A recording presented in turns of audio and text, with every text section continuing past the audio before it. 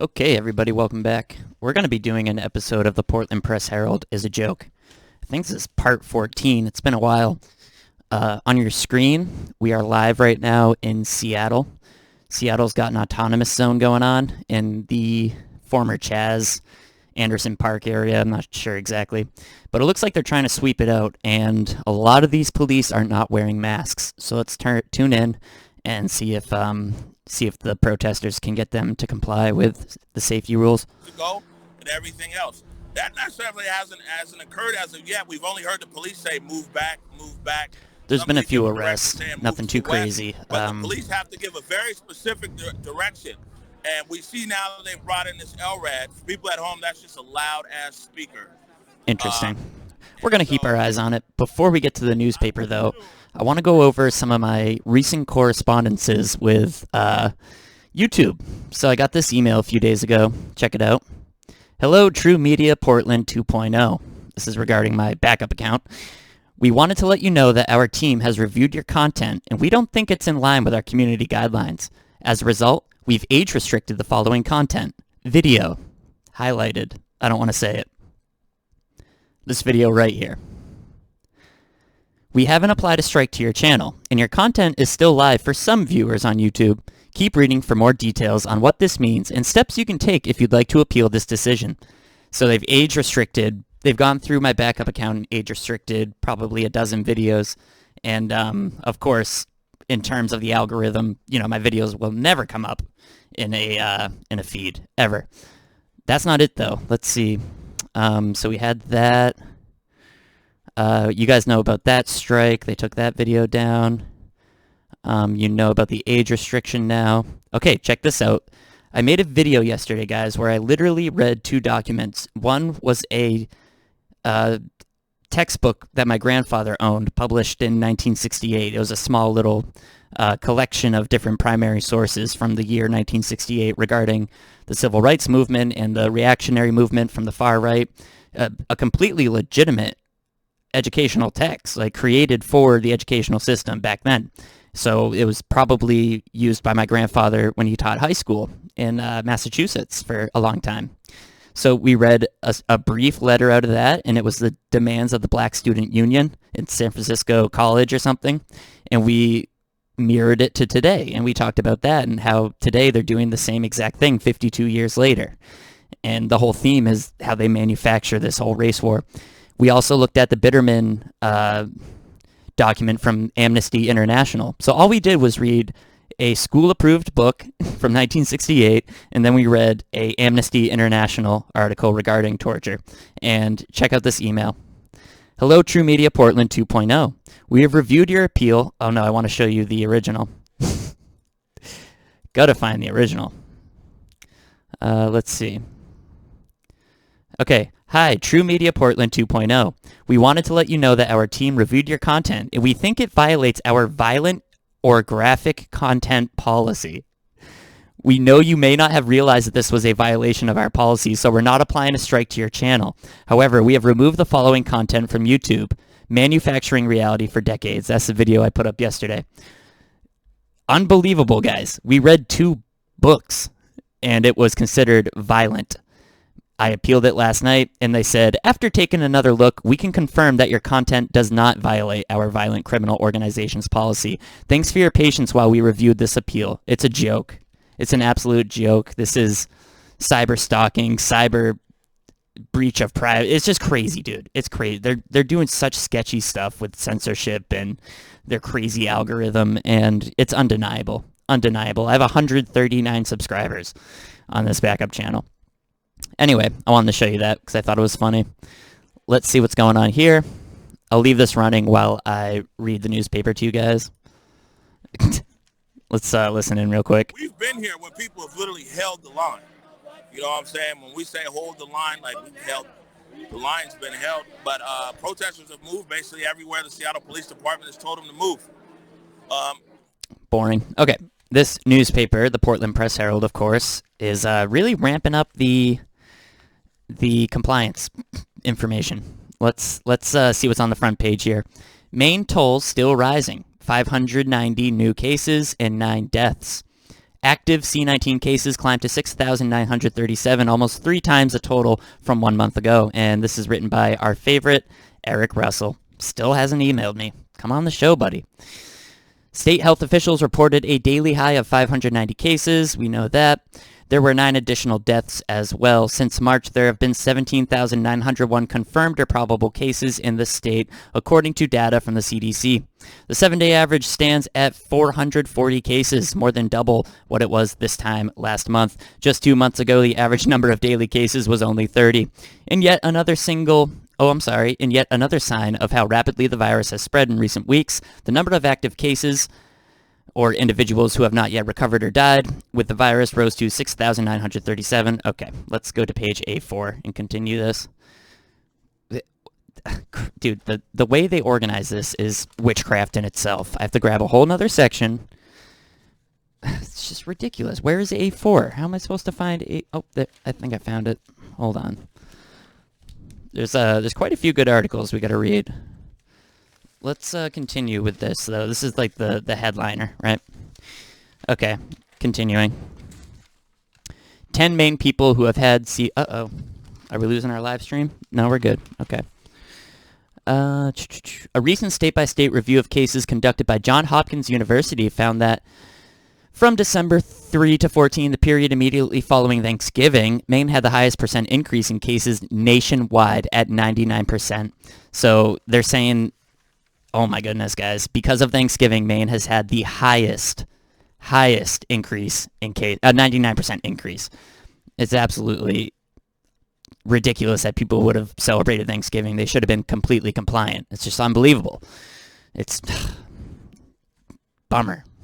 Goddamn Christians. Okay. Asked about the Johns Hopkins data, Maine CDC Director Nirav Shah said that he has no basis to doubt it, but he also said Maine tends to look worse when it comes to percentages because the state began the current surge with far fewer total cases than most states. Okay, so we're in a surge, right? Remember, what did Bitterman talk about in the coercion paper yesterday? If you haven't watched that video, he mentions how one of the tactics of torture is to provide little gifts, little nice gestures to the victim, right? And that's what they're doing right here. Nirav Shah is saying, well, you know, Maine tends to look worse by the numbers than it really is. They're giving us a little bit of like relief, a little bit of satisfaction, but the subcontext here is that we're in the middle of a surge, and that's what's written as well, and that's what, you know, people don't realize. They get distracted by this nice little gesture from Nirav Shah. You know what I mean? This is witchcraft. It's bad.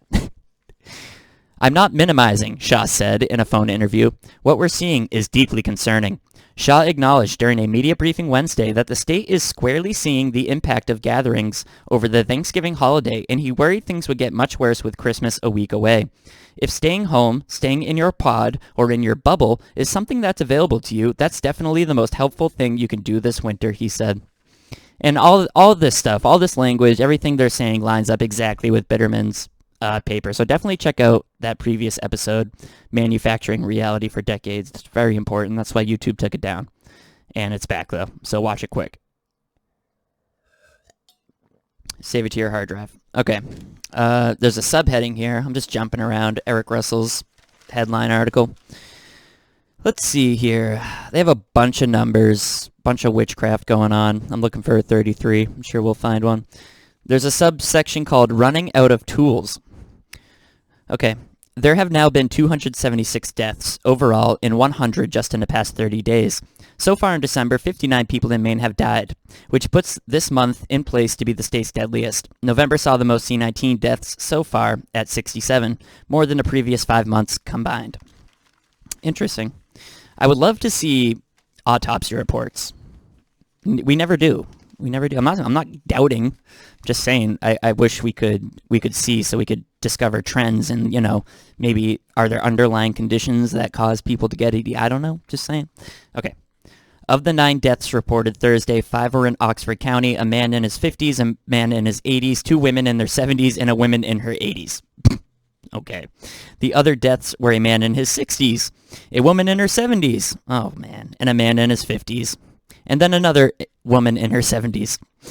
Okay. Current C19 hospitalizations increased by 4 to 191 on Thursday. Last week, Governor Janet Mills once again tightened the state's mask requirement for public spaces, urging businesses to deny entry to anyone not wearing a face covering and to call police if necessary.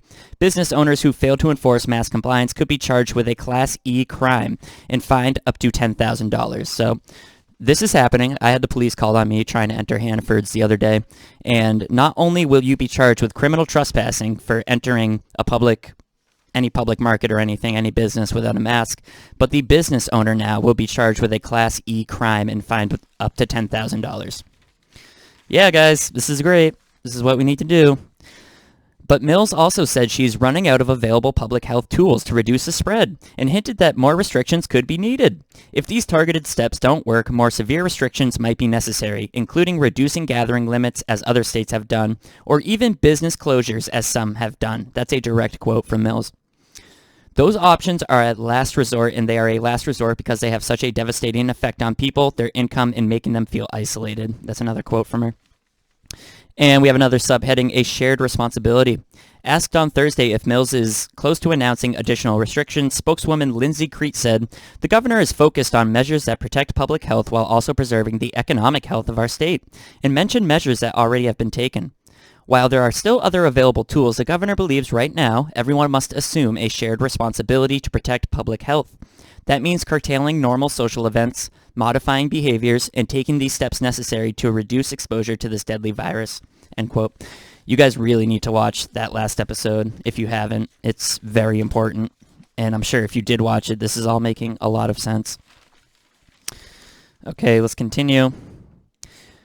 Everyone must be mindful of the effect of their behavior on the lives of others, of course, including those close to them, and of the crushing burden the pandemic is placing on hospitals, nursing homes, and medical professionals across Maine. I live by 2 hospitals. 3 hospitals, actually, so I'll be putting up video of that later today. There hasn't been any serious talk of closing schools or in-person learning, we know. Okay, I'm just scanning this article. Wow, guys. That's pretty crazy. Pretty crazy article, right? No hope. No hope. Good work, Eric Russell. So yeah, me and my roommate will be doing compliance rounds tonight. We will be heading out with the volunteer task force to make sure that people are home by 9 o'clock for the 9 o'clock curfew, to make sure they're wearing masks, staying 6 feet apart. We're going to do everything we can to flatten the curve here in Portland, Maine. I just want to say thank you to Janet Mills, of course. So yeah, check the channel tonight. If the channel still exists tonight, there should be a great video of us doing compliance patrols. We have another article here that says, Maine hospitals get extra VAX in initial batch. Public health officials say vials of Pfizer's first shipment contain at least 1 extra dose. Okay. This is by Matthew Byrne, staff writer. The thousands of vials of C-19 that arrived in Maine this week came with an unexpected bonus. Each contains at least 1 extra dose. Maine and other states effectively received 20% more doses than expected in the first round of shipments, allowing hospitals to protect more frontline workers as part of the initial rollout, said Robert Long, spokesman for the Maine Center for Disease Control. Robert is a 33 in Pythagorean numerology. I'm not going to pull it up. I don't want to pull the video down, but I'm quite certain. It's either Chaldean or Pythagorean, but Robert's definitely a 33. Maine CDC informed hospitals of this change as soon as the Food and Drug Administration announced it yesterday, Long said on Thursday. Given the supply shortage of VAX, the availability of approximately 20% more is welcome and significant news. Okay, subheading, will it complicate future doses? In a statement, Pfizer said there is a uniform amount of VAX in every vial, but that the amount left over after 5 doses are removed could vary based on the type of syringes and needles. I don't care. All the protection I can get. The VAXs began at Maine Medical Center in Portland, which has cared for the highest number of C-19 patients in Maine and had a record-setting number of new patients during the ongoing surge of infections. I will be heading down there today, guys, because I live right next to it, and things are fine and dandy. I can promise you that. Some other large hospitals in Maine began inoculating staff Wednesday, while St. Mary's Regional Medical Center in Lewiston administered the first VAXs Thursday. That's important. Not going to pull this down, but you should look up the definition of inoculation, because it's different than what we're talking about. Abigail Adams, American historical figure, wife of John Adams, was one of the first people to be inoculated for smallpox, and it required cutting open her skin and The doctor opened a pustule of smallpox on an infected person, someone who was certainly going to die. So removed some of the pus and then inserted it into the open wound on Abigail Adams, and she got sick for a few days and was better and was then immune from smallpox. So I find it very interesting they're using the word inoculating. We should look that up. Okay, let's continue. Anything good here? People who receive the VAX will receive a card that reminds them when the cards are rolling out, the CDC cards. Oh boy. While the Pfizer VAX must be transported and stored at minimum 70 degrees Celsius, minus 94 degrees Fahrenheit, the Moderna VAX does not require ultra-cold storage. What? It's ridiculous. Okay, let's see what else we got. Oh boy. State jobless claims reach highest point in 5 months. Good. Yeah, went for a walk yesterday. Lots of places are gone. Lots and lots of places. We're going to take the camera out today, I think. Let me see what else we got here. Family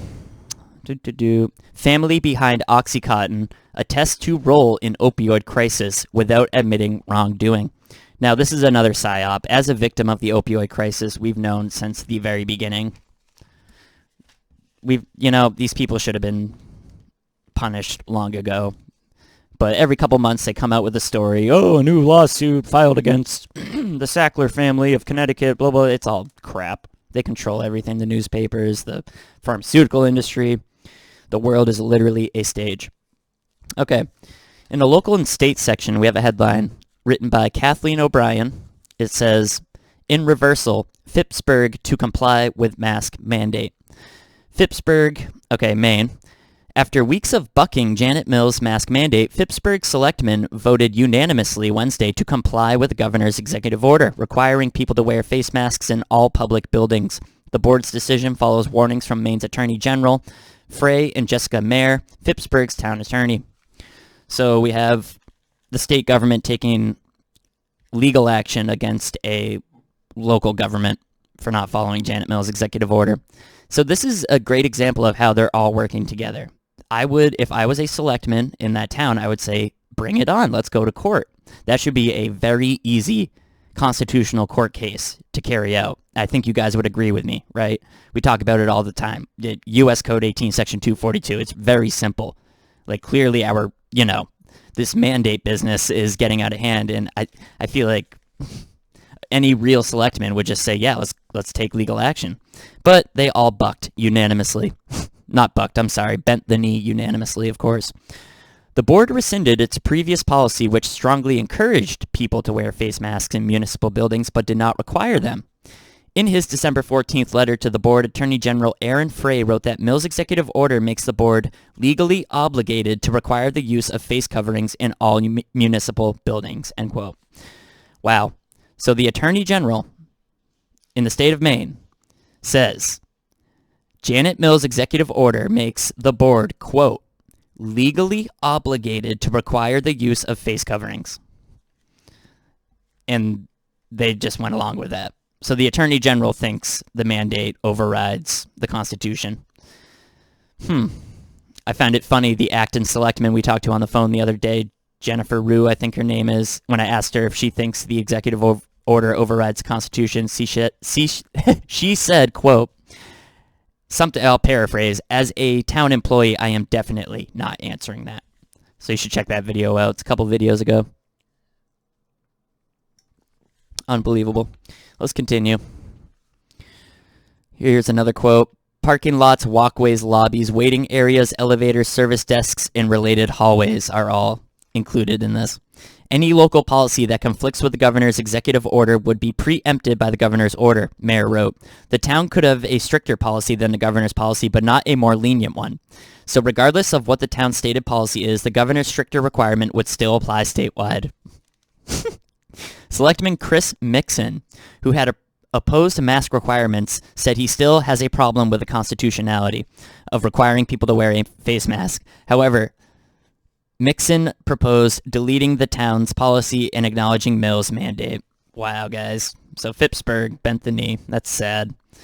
That's sad, but not surprising. Let me just check something real quick.